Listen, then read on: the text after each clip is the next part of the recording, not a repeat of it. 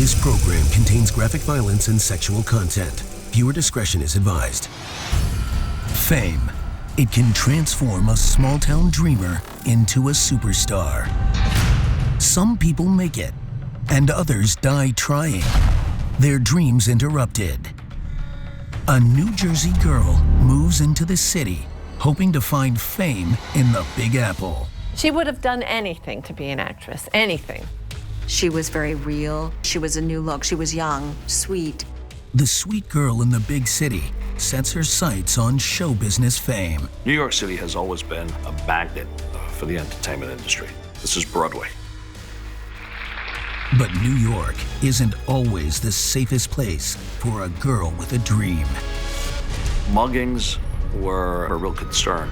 It was a dangerous, dangerous time. The young actress vanishes. For her not to answer the phone, we definitely knew at that point something was wrong. But no one expects the horror that comes next. He saw a young woman naked lying on the rooftop.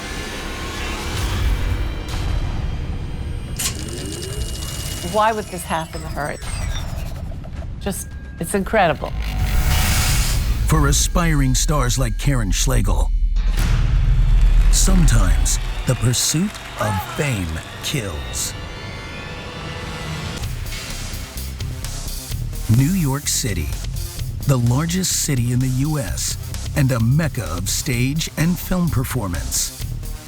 Every year, thousands of aspiring actors and actresses from all over the globe flock to the Big Apple, dreaming of success under its non-stop lights.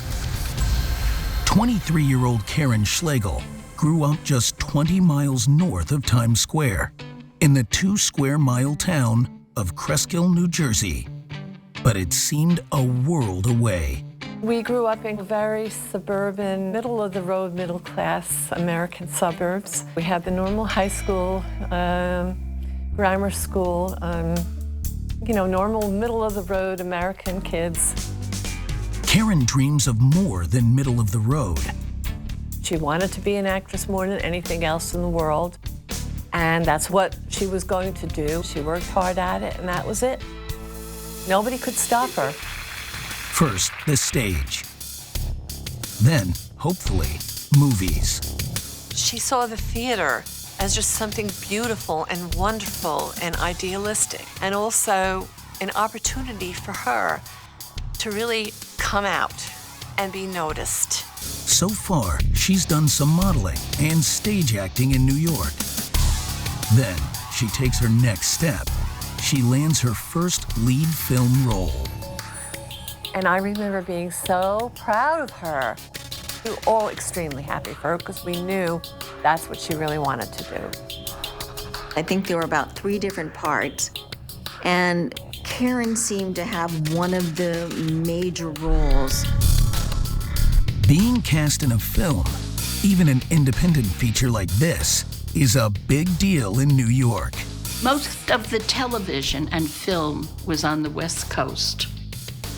Theater, live theater, was mostly what we did in New York City at that time. Only a few filmmakers, like Woody Allen and Martin Scorsese, do a lot of work in the city. But the work they do is amazing, and Karin wants in. We need to toughen up your image now. I'm so excited for this. I know. I'm so excited about the movie. I know. One warm summer night, Karin and a friend are running lines when more good news arrives. An opportunity to do a national ad campaign. God, yes, I can be there. Okay, but we need to go to the... A photo shoot for a Lifebuoy soap commercial, print ad. I mean, could this be it? Guess what? I just got a shoot tonight. The photo shoot is that night. Running lines will have to wait. Do well, have fun, don't be nervous. She doesn't have much time to get ready. First, a lead in a film, and now a national ad. Maybe Karin's dreams are finally coming true. Karin had the desire to go over there, for a quick photo shoot and also to increase her portfolio. Off she went. This could be the beginning of an amazing future of fame.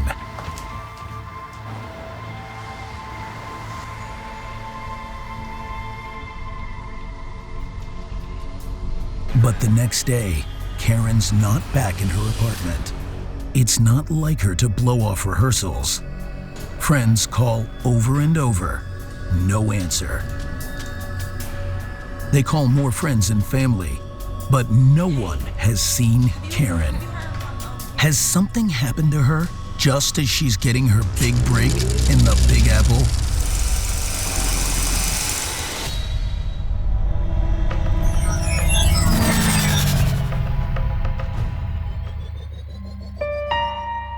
Karin's dreams of fame begin in Crestkill, where she's raised the older of two girls.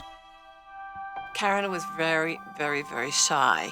She was so shy that she didn't really socialize with the kids. And they got almost worried about that because they thought she was too shy. But then she started to come out of her shell a little bit. She started with ballet lessons and wanted more than anything to be a dancer at first. She had the grace and the love for it. She would go to see Rudolf Nureyev and Margaret Fonteyn, and she would see also a Russian ballerina by the name of Maya Plisitskaya in the Russian Ballet in New York, and just totally fell in love with that. She just thought it was the most beautiful thing she ever saw in her life. And I've never seen anyone who wanted something as much as that. She just loved all of that stuff. The fantasy fairyland. Despite her talent and her drive, she eventually learns she's so small she doesn't have the physical strength to be able to dance professionally, and won't make it to the spotlight in pointe shoes. Sadly, she has to give up on that dream. She went to Concordia College in New York, and she studied a secretarial course, and she totally, totally hated it.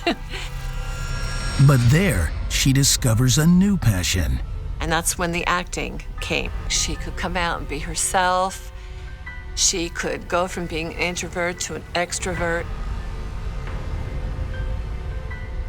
Lots of actors, they're drawn to this freewheeling, and the more you get into it, the more you discover that you can be anybody, and everybody accepts you because you're an actor. Karin quickly winds up in the spotlight. She was Olivia in Twelfth Night at Concordia College. She had a long dress on, and she had this long neck and this blonde hair. She loved the costumes, and she loved the elegance and majesty of it all, most of all. Everybody thought she was phenomenal, and they gave her a standing ovation and bravoed her, and I thought she did a great job. But after college, she has to put her acting dreams on hold to earn a living. She landed a job at one of the big publishing houses, McGraw-Hill. She was an editorial assistant there. And she also edited a book called House Architects Design for Themselves. It was really interesting. I was like, Karin, you know, that's an achievement. But she didn't brag about it at all. She just went to work and did it. It's interesting work, but Karin realizes she wants more. She did not want to continue in McGraw-Hill. That was not her main priority at all. It was not even close to her desire to be an actress. She would have done anything to be an actress, anything. She had this inner voice that kept telling her, perhaps you should go to show business. She got the bug to become an actress. She started taking classes at the Lee Strasberg Institute in New York, and she became involved with method acting.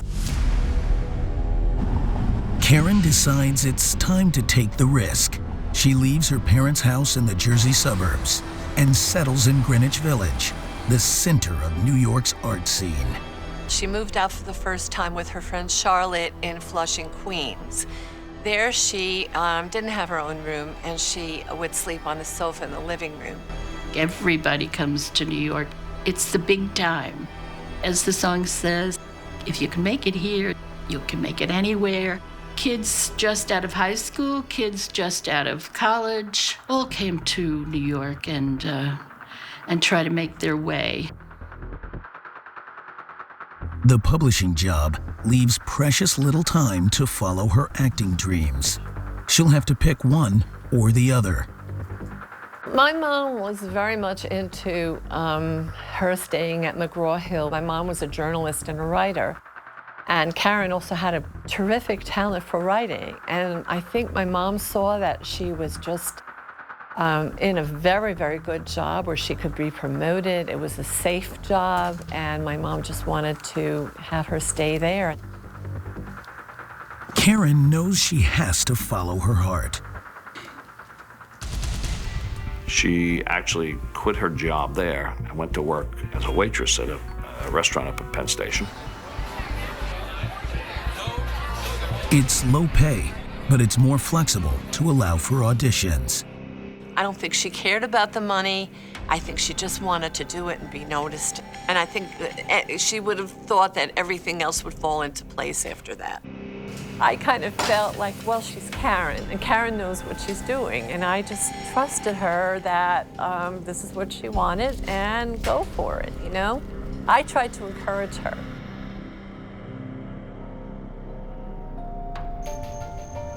Her father has serious concerns.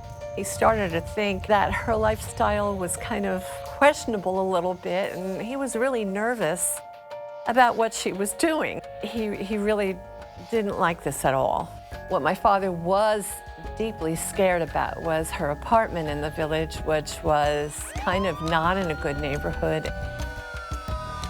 New York City was one of the grittiest places on earth. The crime rate was through the roof. Drugs were rampant. It was kind of a city out of control. Our parents should have definitely been worried. In leaving the safety of the suburbs and the security of a steady job to follow her dream to become a famous actress on the stage and screen, will Karin fall prey to the city she loves?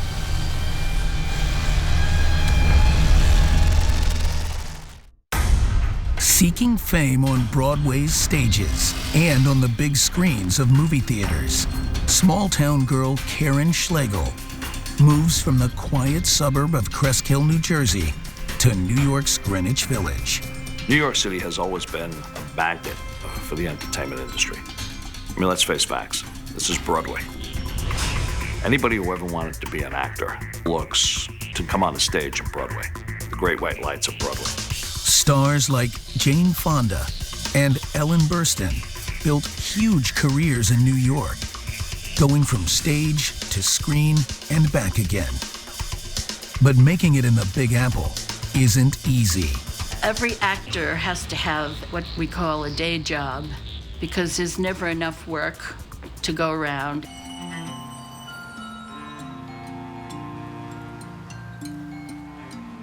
Waitressing was cash, and you could walk out with money. There was always a flexibility of working, your auditions around the schedule. In New York, she didn't have much money, and it was pretty much waitressing and going on auditions. But she had such a determination to do this that she went for it. To work on her acting skills, she tries to follow the lead of her silver screen idol, running around the city to catch every Marlon Brando film she can. I could have been a contender. Marlon Brando was the actor she totally adored. One thing was that he was a method actor, and she really believed strongly in the method acting approach.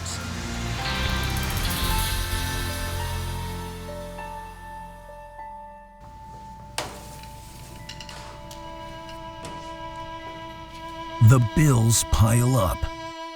Method acting classes at the Lee Strasberg Institute, rent, and just trying to get noticed.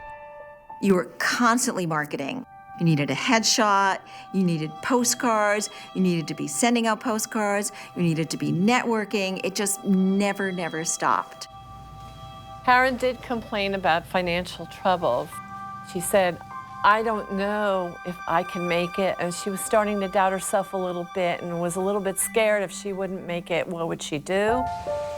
But she still kept at it. And my father visited her with my mother and wanted to give her $200. And, you know, in those days, that was like a lot of money. And she said to my mother, maybe Daddy can't afford this, and maybe I shouldn't, you know, take it. Come on. At least let us do this. My mother said, Karin, take it. Come on, take it. We love you, sweetheart. She accepts the money, but hopes not to spend it. She wants to do this her own way.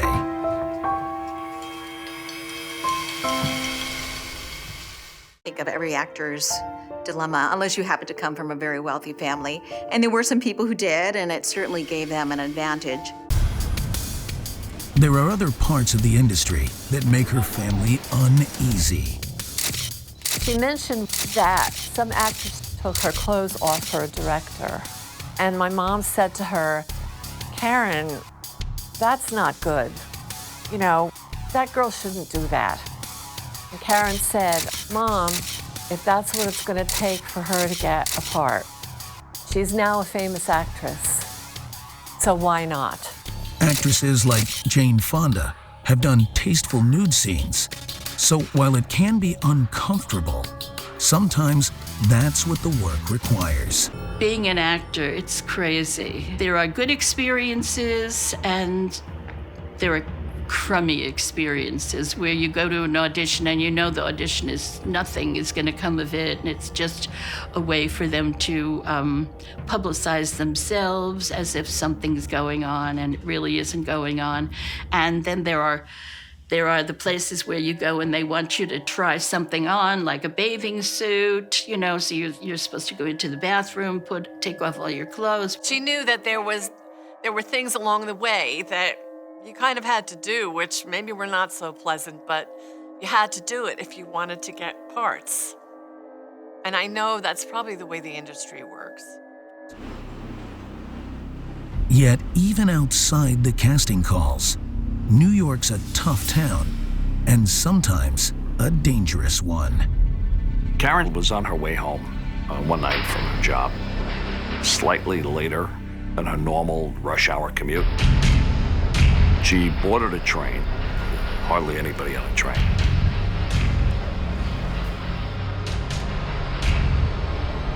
And these two punks got on the train with only one motive. Let's grab her. What are you doing? Stop it! What are you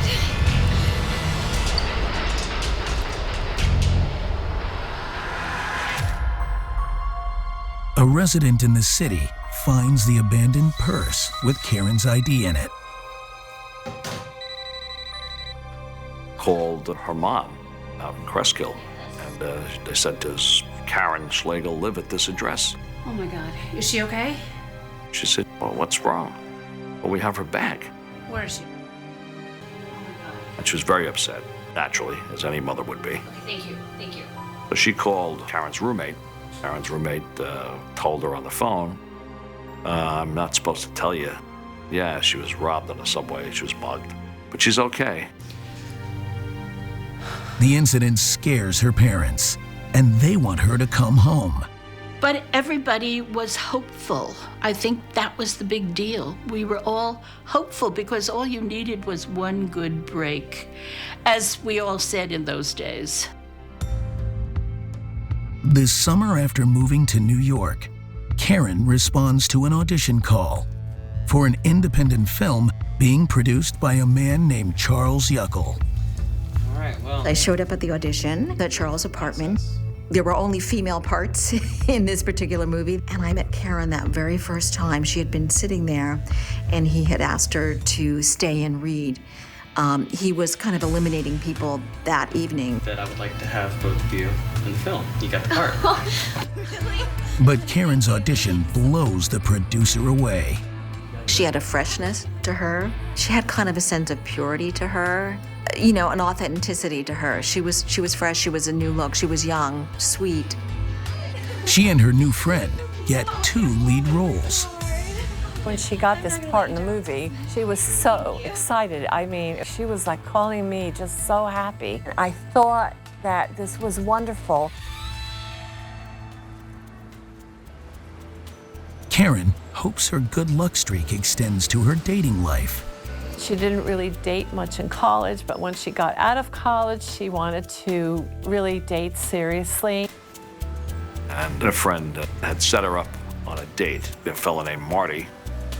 Karin actually became interested in Marty, and the feeling was mutual, and they were going to date.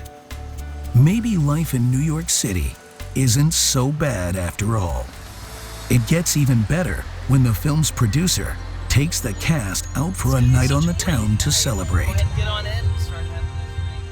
He had called me and said that they were going to the plaza. Can you believe that? I mean, and he did take them to the plaza. I was not able to make it. A lead role, a possible new boyfriend, and now a fancy dinner at the plaza. Her dreams are coming true. He had actually talked about taking it further, you know, that it was going to be more than that. And I think even in one of the phone calls, he called people up and said that he was getting some sponsors, that he was getting some money behind it, and that he was going to shop it and it was going to go further. So sure, I mean, people wanted to feel that if they were going to invest this time, there was no money, but he was taking a whole bunch of people out there. The night after the big dinner, she gets the call about the soap advertisement. Hello? The caller, Charles Yuckel, the film producer who also does photography. She was happy. The part in the movie, and he said he had a soap commercial for her. He needed her to come over. Guess what? I just got a shoot tonight. He was going to photograph her, and she went over there. Then she disappears. She doesn't show up for her rehearsal date with her friend the next day. That's quickly followed by another troubling discovery. A highway worker happens to notice a woman's handbag, probably belonging to some poor woman who got her bag snatched off her while she was waiting for a bus along Central Park West. Well, that's what this guy thought. Then he opened the bag. And the money is on top of the wallet. This is a mugging. Why the hell is there money here? Obviously, the thief would take the cash. The ID inside the wallet belongs to Karin Schlegel. So he calls the cops. When Karin's mother first got notified that the handbag had been found, she basically said on the phone, "Oh my God, here we go again, another mugging." I'll call her right away. We'll get in touch with her. This was the second time that a handbag belonging to Karin had been found. You know, what's wrong with this girl? She tries to get in touch with her daughter. My mom called after the pocketbook was found. We just never got an answer in her apartment. For her not to answer the phone when we called, that was very, very unusual because it happened for a few hours. I mean, if she were going away, she would call us and let us know. We definitely knew at that point something was wrong. The story of Karin Schlegel's rise to fame is about to take a chilling turn. Trying to follow in the footsteps of celebrities like Jane Fonda and Ellen Burstyn, aspiring actress Karin Schlegel looks to launch a career in New York City, starting with stage work and shifting into film. But after leaving her apartment for a photo shoot, she disappears. Her family learns a highway worker found her pocketbook dumped on a trash can. Yet they know little else. We knew she was missing. We were all talking how concerned we were that we haven't heard from her. Something happens to her, I don't know what I'm gonna do. Muggings were to a point where it became a real concern. It was a dangerous, dangerous time. The following morning, a tenant in a Greenwich Village apartment building reports a leaking ceiling to her super. Super came up, all right, well, let's check the roof. They both went to the roof together.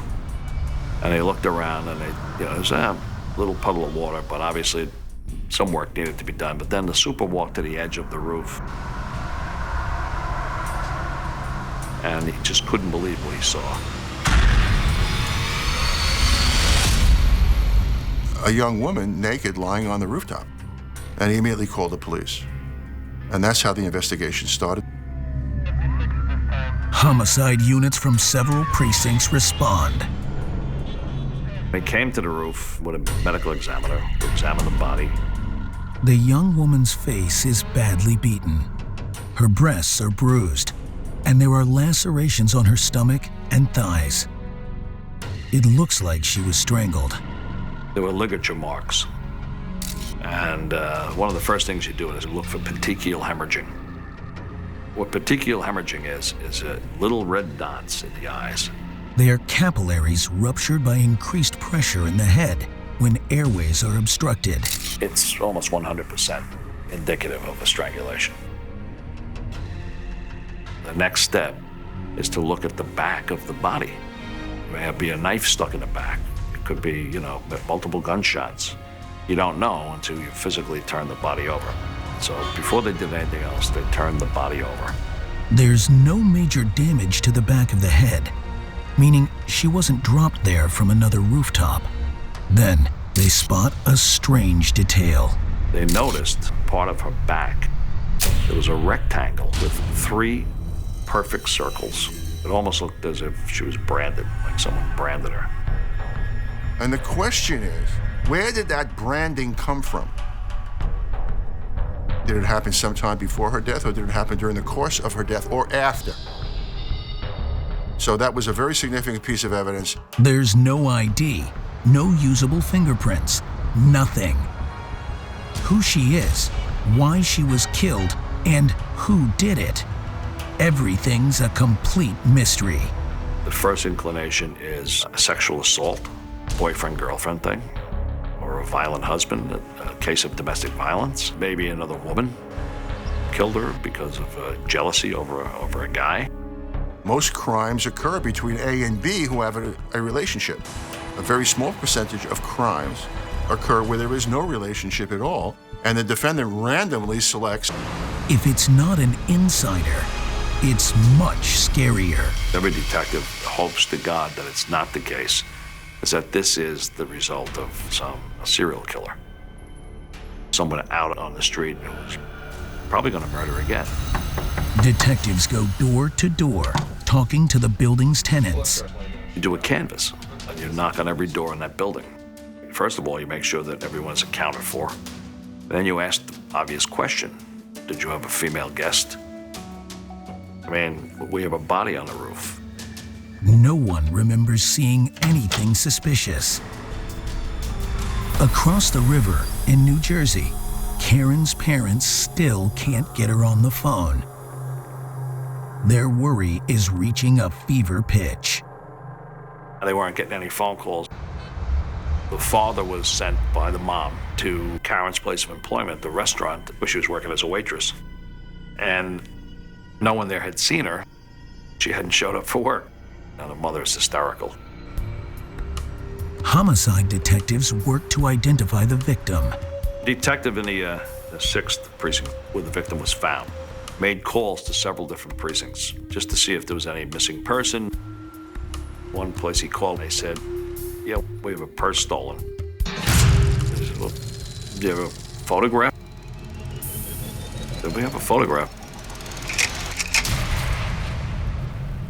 They compare Karin's ID from the purse to the body.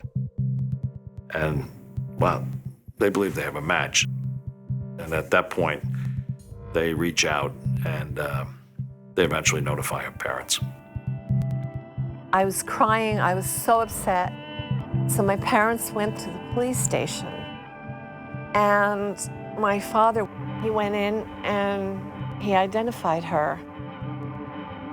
He was in a state of shock. He said, that is my daughter. And he kneeled down next to it, said a prayer. And then he collapsed and he went out and he said, "It's her, it's her." I just couldn't believe it. I couldn't believe it. She was so happy. All she wanted was to be an actress. I don't think I'll ever get over it, ever. It was so devastating for all of us. I don't think people can even begin to imagine when something happens to a close family member who just wanted to fulfill her dream, and that's all. Nobody knows how it feels unless you go through it. An autopsy confirms the cause of death. The medical examiner informed me that it was a ligature strangulation. The killer used so much force, he broke Karin's neck. There's still no explanation for the bizarre brand on her back. The murder becomes big news.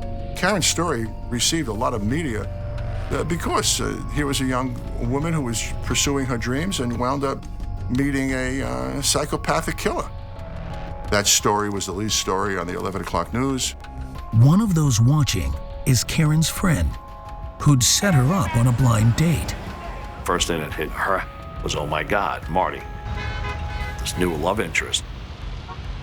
They had no idea who this guy was. They met him in a bar. Maybe he's the killer. Had the rising actress's fledgling romance turned fatal?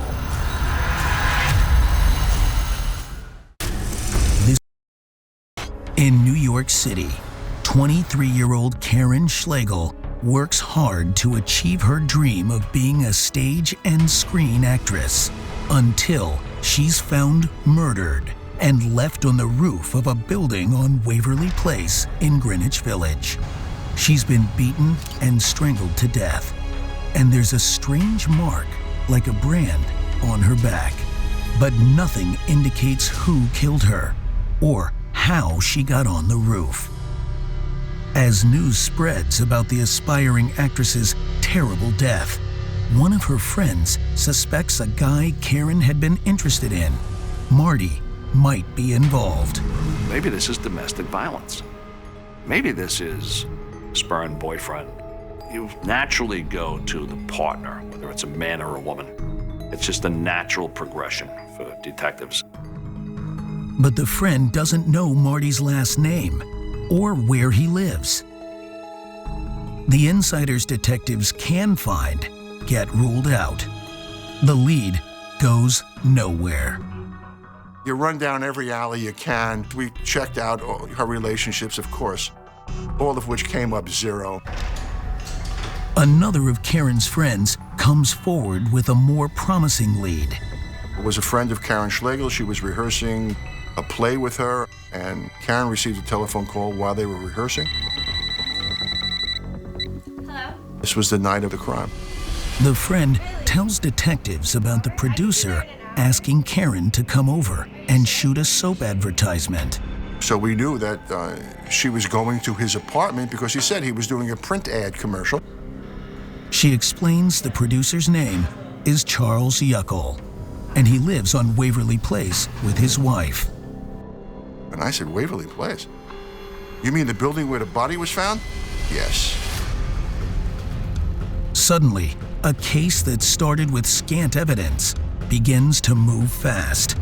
Detectives check their records of the initial building canvas and learn investigators spoke to Yuckel after the body was found, asking him if he'd had any female visitors the night before. He told them he and his wife hadn't been home that night. If Karin did go there for the shoot, it's an absolute lie. There's still no proof she made it to his apartment. Yet, when they run Charles Yuckel's name, they learn a troubling fact. He's a felon on parole for a very similar crime. His parole officer saw it on TV and called the police. He killed another young woman at a different apartment when he lived over in Kips Bay on 28th Street. That victim was 25-year-old secretary Susan Reynolds. She'd been taking vocal lessons from Yuckel. Yuckel killed Susan Reynolds with a ligature tie. He dragged her down a couple of flights, found a vacant apartment, carved her up with a razor blade, performed a sexual act on her in death. And then he called the police. And he said as he was shopping on his way back up to his apartment, he saw the deceased in this vacant apartment.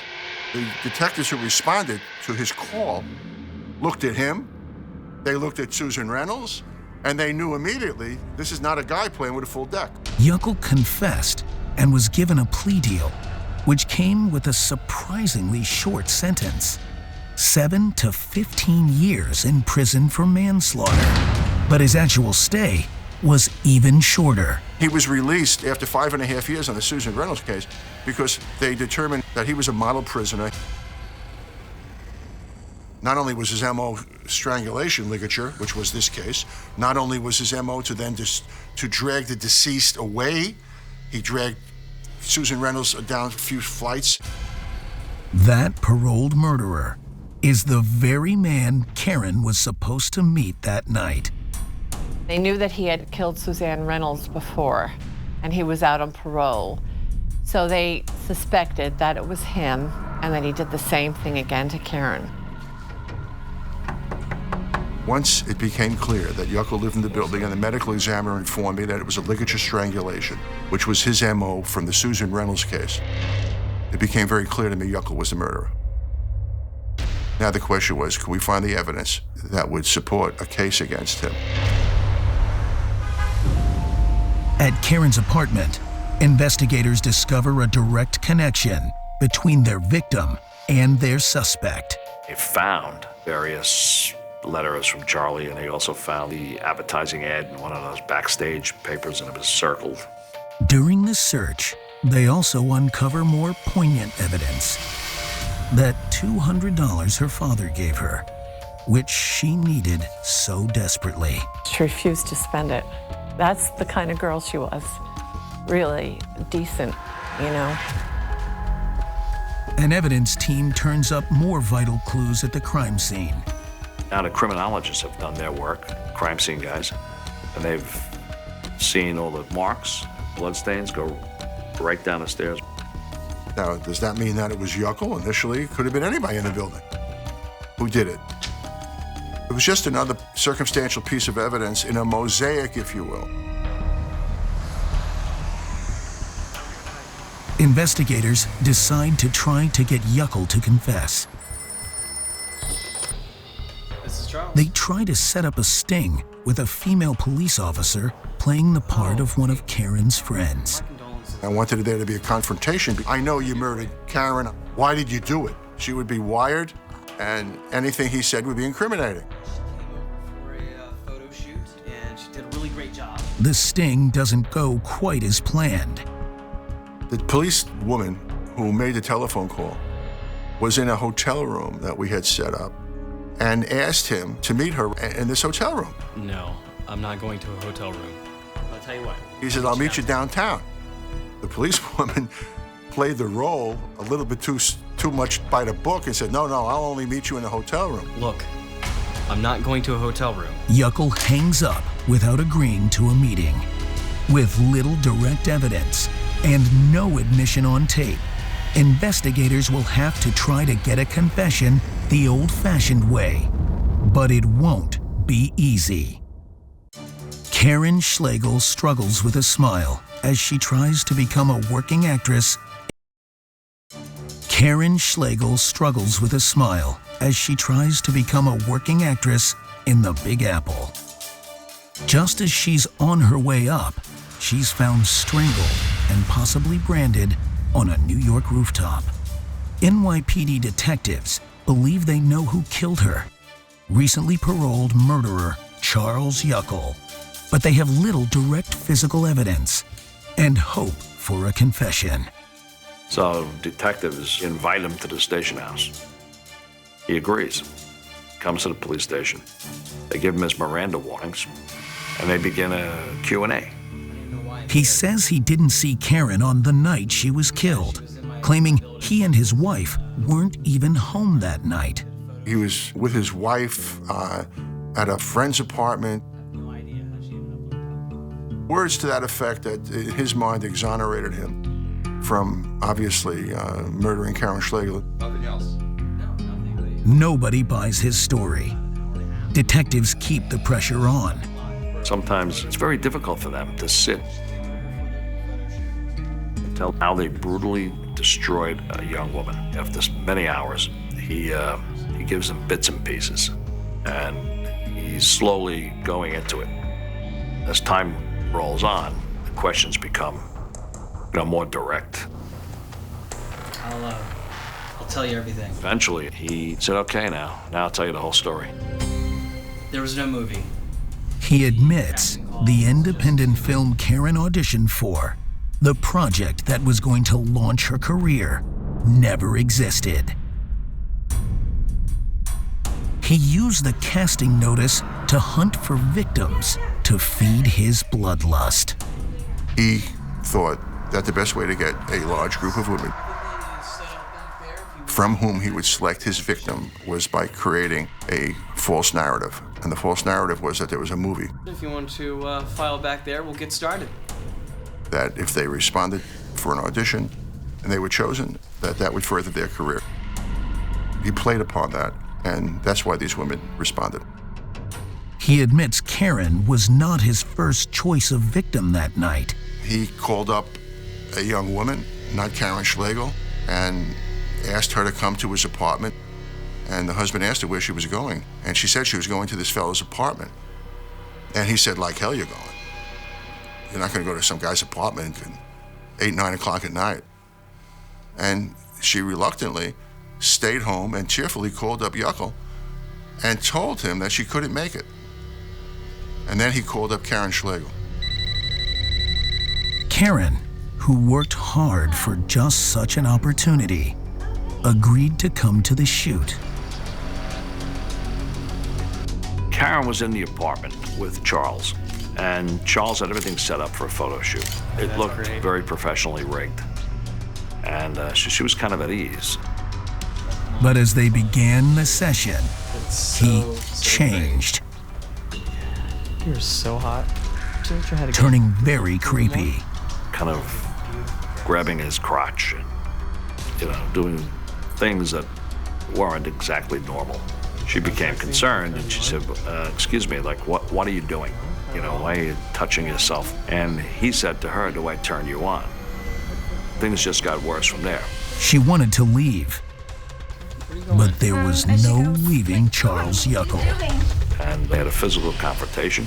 She got punched in the face a couple of times. And he was able to seize that opportunity. He had a necktie, wrapped it around her neck. It's a tremendous physical struggle, the fight of her life. Sadly, she lost.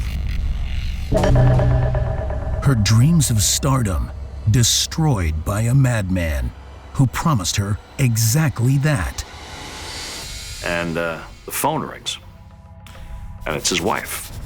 She says, "I'm on the way home." He doesn't have time to get rid of the body. So he takes Karin's body and shoves her under the bed that Charlie and his wife sleep on. His wife comes in the apartment, doesn't think anything's wrong. They go to bed. The sick perversion is stunning. His wife is completely unaware Karin's body lay just below them. When his wife left for work early in the morning, he got to work too. He takes Karin Schlegel's body out from under the bed, along with her bag, her pocketbook. The first thing he does is he takes her up the roof, leaves her there face up, comes back down, cleans up the apartment a little bit, takes the bag, takes off and goes down to Lower Manhattan, to Murray Street, and he dumps the bag. Then he returns home, takes the dog for a walk. What about the bizarre brand investigators found on Karin's back? It's actually from a card table. The card table was under the bed where he stuffed her, and it impacted her back. And That's what caused the mark on her back.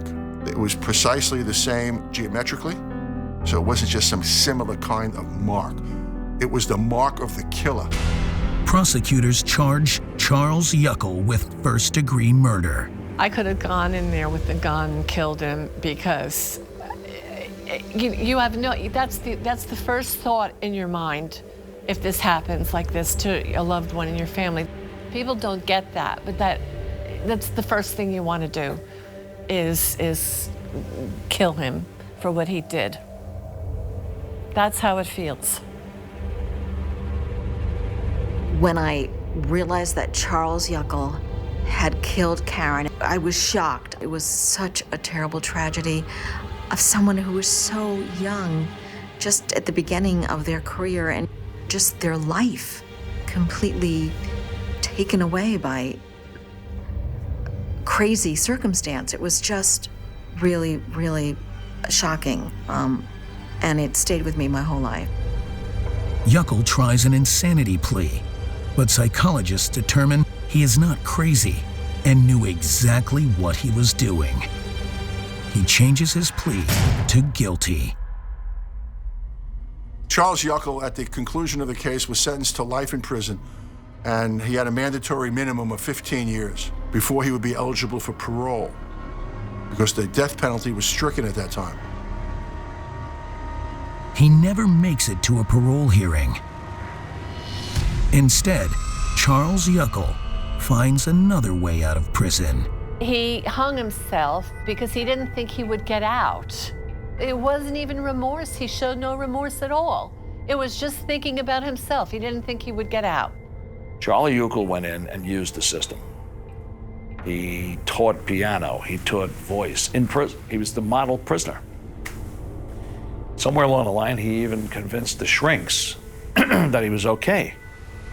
And he was released before the minimum sentence, which was outrageous. Right back into society, right back into the city. The world lost a sweet, good, kind girl. And it happened because of this justice system. And I bitterly resent what they did. And I know maybe they tried to do the best they could, but to me, that's no excuse. The Karin Schlegel case, I find it terribly tragic to the extent that while she was trying to pursue her dream, it ultimately wound up leading to her death. Karin's death really was a shudder through the community. The women that were cast in the film, many of them actually left the business or went on to do different things. I think she would have made it as an actress. I do. I do, honestly. Karin, you were beautiful. You didn't even know it. You were talented.